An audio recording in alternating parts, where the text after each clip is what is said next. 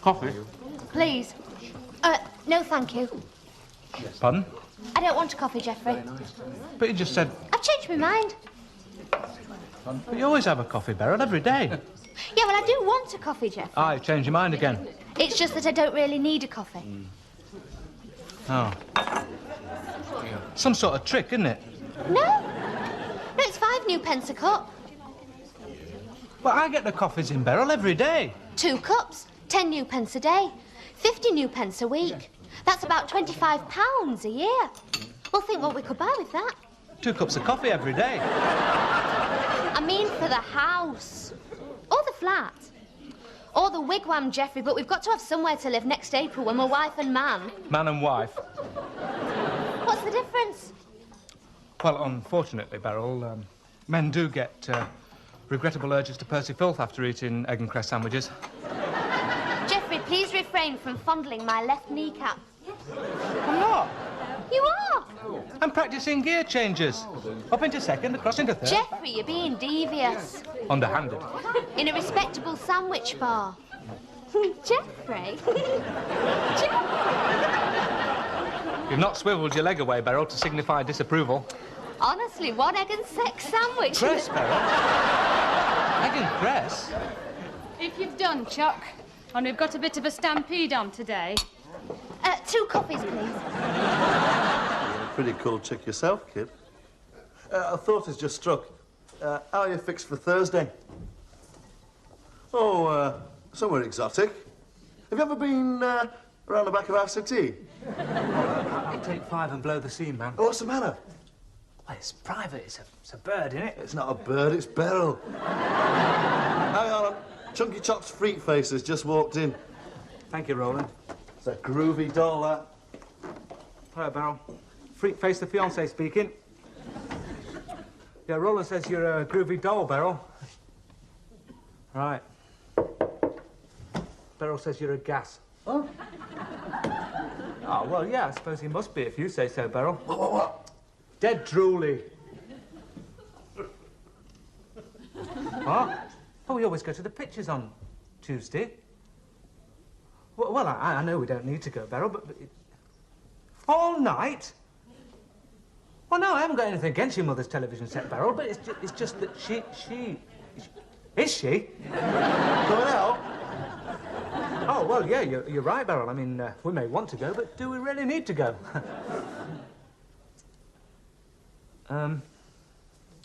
I do you too.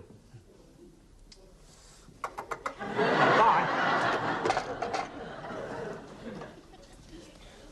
Do you fancy Beryl, Roland? Oh, you're my best mate, Geoffrey, and Beryl's your bird. Well, you can still fancy her, can't you? Oh, I could do and I would do, but I don't, because I don't, right? Why not? There's lots of blokes higher up when I take her out. Well, she's, all right, isn't she, Roland? Pure caramel.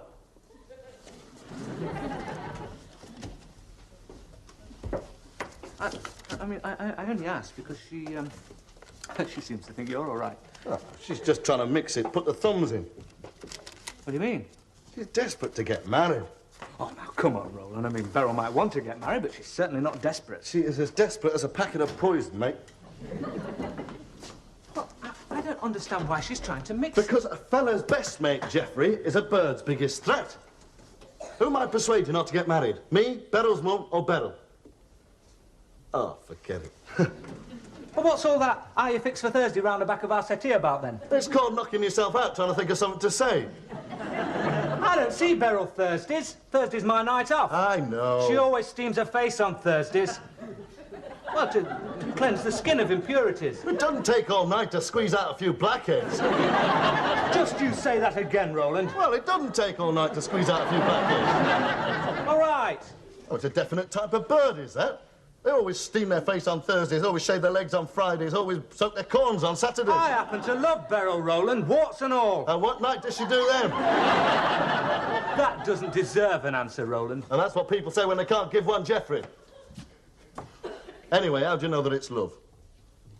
Love defies description, Roland. It's a feeling. It's a hungry burning deep down inside of you. Yearning. Hungry yearning deep down inside of you. Hungry burnings, indigestion. Look, do you mind if we just drop the subject? Great. Fine by me. Right. Right. You see? She's screwing things up between us already. She's not a she, Roland. She's a Beryl. There you are. Now, how are you fixed for Thursday night? Second leg with Spartak. You and me. Well, it's not for me and she. Oh, Jeffrey. Oh, Jeffrey. You're where it's all at, aren't you? All the wow. Yeah. All the what? All the wow. You've changed a bit recently, haven't you, Beryl? I've not really changed, Jeffrey. Well, on careful reflection, Beryl, you'll find that this is the first time you've had me pinned down on this settee. The flame needs the moth, Jeffrey, just as much as the moth needs the flame. There's no answer to that. Except... Oh, that's a great way of saving money too, isn't it, Beryl? Yeah. Wish we'd started saving 6 months ago. Jeffrey! Well, I was only thinking of further economy measures, Beryl. You were only thinking of trying to take my bra off, Jeffrey. Yeah, well, if we took it off, it'd save on the general wear and tear of bras. I mean, it's not a physical thing, Beryl. I mean, once you've seen one, you've seen them all. What? Thing is... If you mean bras, Jeffrey, then say bras. I don't think I do. Well, you may think you've seen them all, Jeffrey Scrimgeour, but you've certainly never seen mine. Well, they haven't perfected it yet. What? See-through tarpaulin. Hey, why aren't you angry, Beryl? They're not worth getting angry about. What do you mean? Oh, honestly, they're really your big hangover, aren't they? Hang up, not hangover, and they're not. You think I'm old-fashioned, don't you? No, I don't. You do. All right, then. What are you doing? Stripping off. What for? For you. Oh, no, come on, Beryl, stop it. Jeffrey, I'm only doing what you've shown an express interest in doing for the last 391 days. Oh, well, that's different. Why? Well, I don't want it on a plate, Beryl. I want to cook it myself.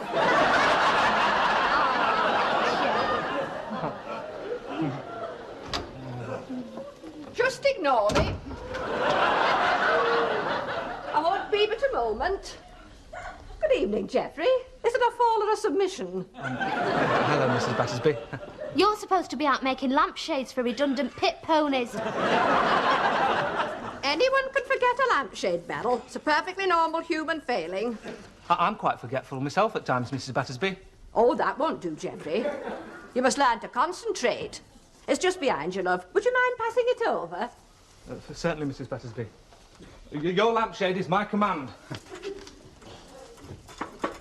Not that one, Geoffrey. Down by the side. Ah. Here you are, Mrs. Battersby. Thank you. Power to the people. Well, make the most of it while you can. Aren't you bringing it back then, Mrs. Battersby?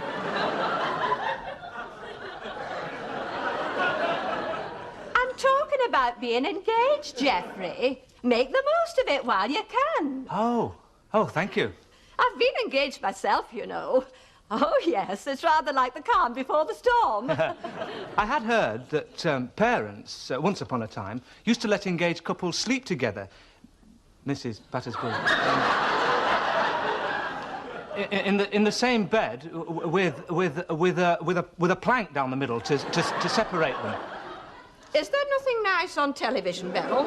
Bundling. I beg your pardon? Well, that's what it was called, bundling. These parents letting their sleep bundling. I'm not surprised.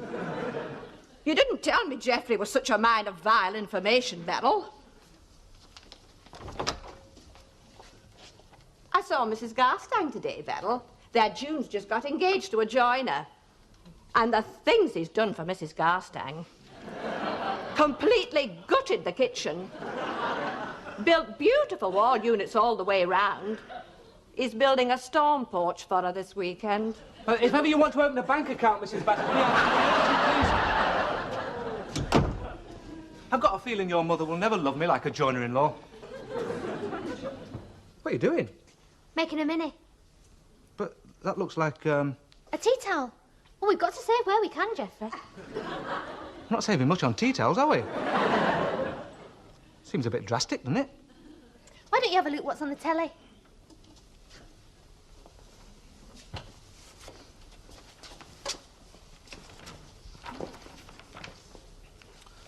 Do you like Roland Barrel? It's all right, if you like oil wells. Pardon? It gushes a lot. Not, dead drooly? Oh, that was me just being polite on the telephone, Geoffrey, for your sake. I mean, you keep telling me he's your best friend. He is. Right, well, you don't want me to insult your best friend, do you? No. Right. Anything on? Show jumping. Every time I switch on these days, there seem to be horses jumping over giant Lego sets. What's on the other side? That is the other side. Well, do you want to make a cup of tea? Well, I want to make one, Beryl, but do I really need to make one? Yeah. I agree. I'm not very good at it, though. Well, it'd be good practice for when we get married. You know, lots of husbands get up first thing in the morning and make tea for the wives. Oh, you'll find a penny hanging up behind the kitchen door, love. I only don't want you to spoil your suit, Geoffrey. I mean, I can't stand seeing men with pennies on. Not even husbands.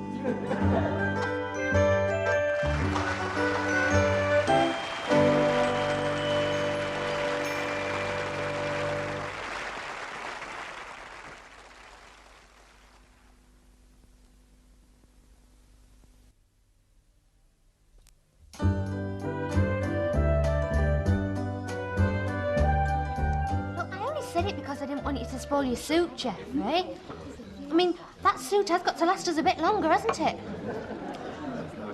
I'm thinking of making myself a double-breasted bath towel. Oh, you're joking. And all morning I thought you'd probably be spitting tacks. Cress. Look. Good for you, loads of iron. Open wide. Love you. Love you. When did you first fall in love with me? Well, I didn't actually fall in love with you all at once, Beryl. I mean, nothing went boing like it's supposed to do. Oh. Well, I did wait for something to go boing. Well, if nothing went boing, Geoffrey, something must have eventually gone clunk. Toshak, right in the centre of the net. Oh. I'm sorry, Geoffrey, but I don't quite follow. It started with a high cross from Steve Highway. Liverpool were leading 2-0 at half-time, and I said to myself, hey, they've got the wind in their favour, and I think I definitely love Beryl. It's not quite what most girls dream of, Geoffrey. I mean, how do you know it's love? It is. Well, what's it feel like? Hungry burning deep down inside of you. Pardon? A hungry, burning yearning deep down inside of you. See, Beryl, love scored the last goal. Ah, little cuddle Tom. I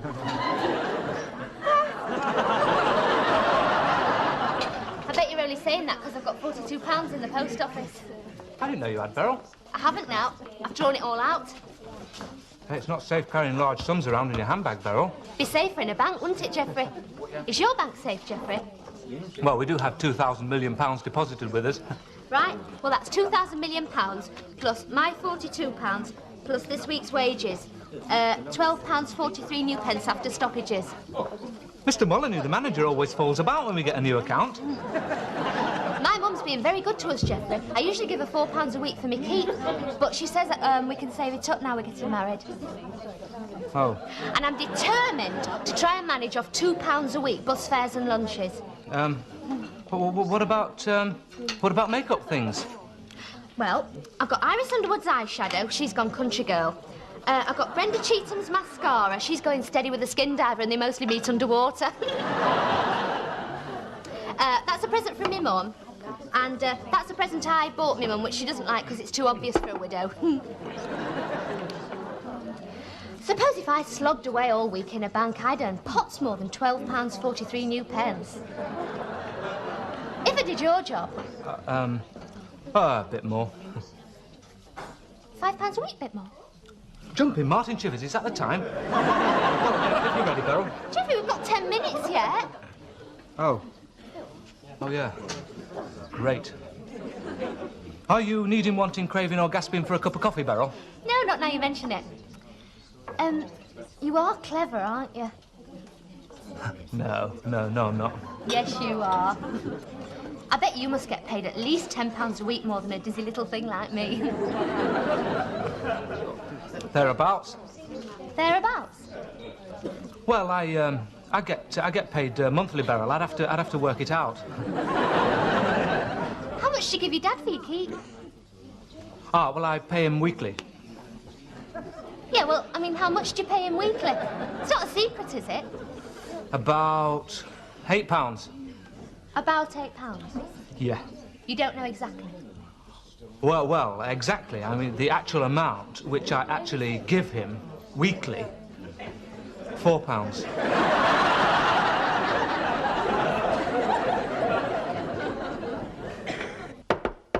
Overture beginners, please. Last call. Pardon? You're on, Geoffrey. Another opening, another show. What are you talking about? Oh, the heavy mob's in Bugsy Battersby. Beryl?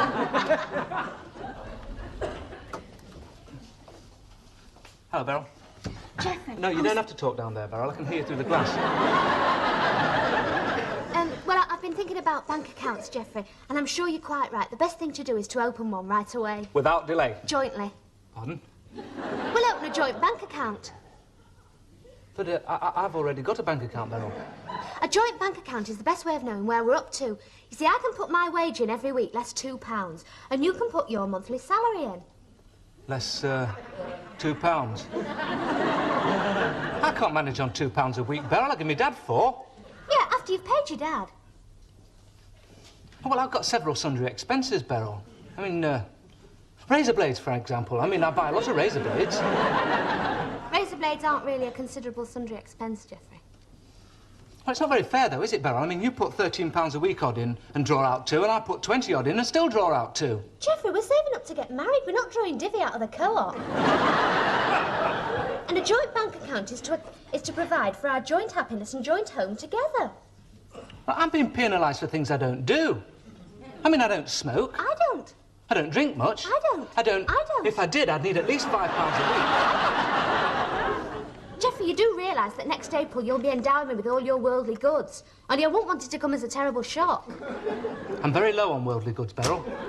I mean, there is a story going around that husbands are actually supposed to support wives. I have every intention of supporting you, Beryl, but I'll need your wage as well. Right, there you are then, our first wage packet. Ah, well, before we actually jump into a joint account together, Beryl, I think we ought to discuss it at great length. Right, I'm all ears and lip reader. Ah, well, not now, Beryl, because I'm jeopardising my generous staff pension. Our generous staff pension, and a man without a generous staff pension gets all lined and wrinkled at the age of 35. All right, then we'll talk about it tonight. It's Thursday. I don't see you Thursday. Oh, that was before we were engaged. Well, I always catch up on my reading on Thursdays. I mean, what, 8 3/4 bearer notes. Well, look, if you're not going out tonight, Geoffrey, why don't you bring your books round? And then after we've talked, you can study. Yeah. Yeah. Oh, great.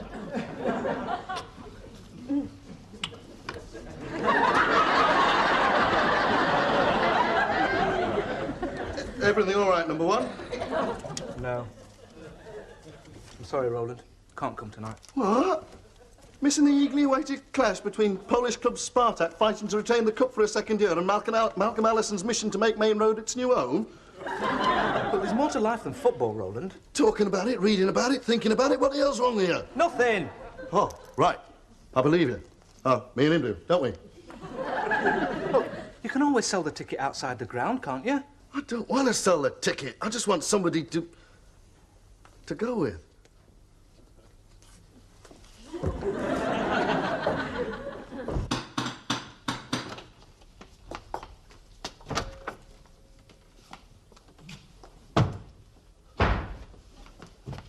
Friend of yours phoned about half an hour ago. Oh?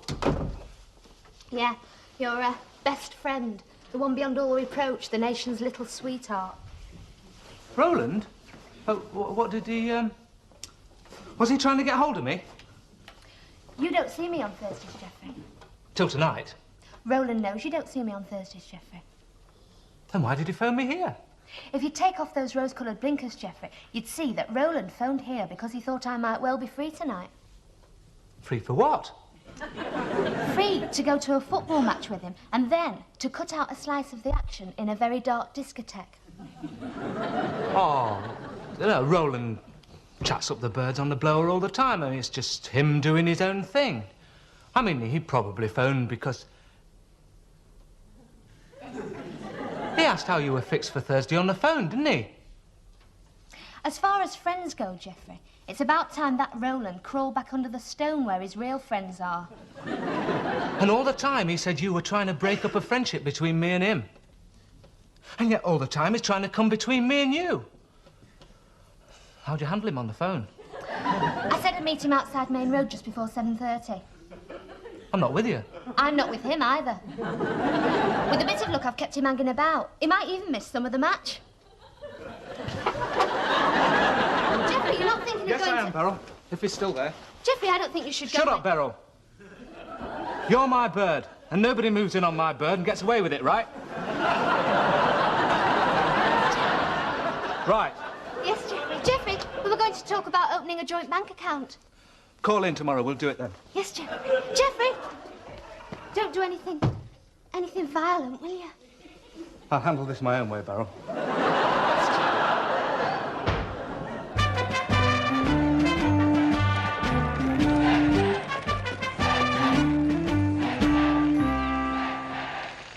Hi there. Have we missed much? Oh, only a couple of minutes.